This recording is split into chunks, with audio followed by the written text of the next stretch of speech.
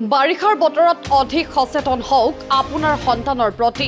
নগাঁৱৰ কচুৱাত 2 শিশুৰ সৈতে সংঘটিত হৈছে কৰুণ ঘটনা। একে ঘৰৰ 2 কন্যা শিশু পানীত পৰি সলিল সমাধি। কচুৱাৰ হালধিবাৰীত সংঘটিত হৈছে এই ঘটনা। হালধিবাৰী গাঁৱৰ কামাল উদ্দিনৰ 5 বছৰীয়া আয়েশা সিদ্দিকা আৰু জামাল উদ্দিনৰ 6 বছৰীয়া সুমায়া আক্তাৰ নামৰ শিশু দুটি ঘৰৰ ওচৰতে খেলি থাকোঁতে পাৰবিহীন পুখুৰীত পৰি ডুব যায়। পৰিয়ালৰ লোকে বহু সময় ওচৰে পাজৰে বিচাৰি চলাত কৰি অৱশেষত পুখুৰীৰ পানীত উপঙি থকা প্ৰত্যক্ষ কৰে। কচু আৰক্ষীয়ে ঘটনাৰ খবৰ পোৱাৰ মাত্ৰকেই ঘটনাস্থলীত উপস্থিত হৈ শিশু দুটিৰ মৃতদেহ উদ্ধাৰ কৰি মৰণোত্তৰ পৰীক্ষাৰ বাবে নগাঁৱলৈ প্ৰেৰণ কৰে। কচুৱাৰ লুটুমাৰী পাৰিজাত একাডেমীত পঢ়ি থকা ছাত্ৰী দুগৰাকীৰ এই ঘটনা সংঘটিত হৈছে সমগ্ৰ কচুৱাত গভীৰ শোকৰ ছাঁ পৰা পৰিলক্ষিত হৈছে। নিউজ ডেস্ক বৰলুইত বাৰ্তা।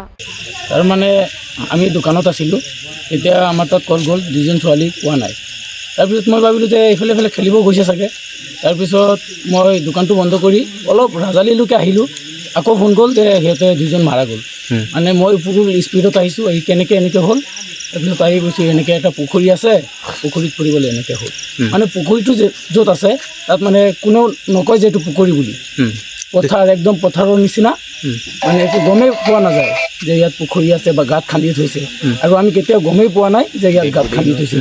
আমিতো দোকানত থাকোঁ, ৰাতিপুৱা যাওঁগৈ, ৰাতি আকৌ 8টা বজাত আহোঁ। ক'ত হৈছে ঘটনাটো? এইটো হালদিবাৰী হয়, একে ঘৰৰেই হয়।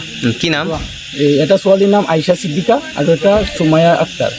এতিয়া নগাঁও এই আমাৰ পোষ্টমৰ্টমৰ কাৰণে নগাঁও পঠাই আছে। আমি প্ৰশাসনৰ সাহায্য লৈছোঁ, চাওঁ ছাৰহঁতে কি কৰে।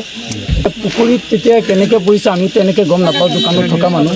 এতিয়া আহি অলপ শুনিছোঁ। এতিয়া তাৰপিছত এই পুলিচ প্ৰশাসন গৈছে, সিহঁতে কি কৰে চাওঁ, তাৰপিছত আমি ব্যৱস্থাখিনি ল'ম আৰু।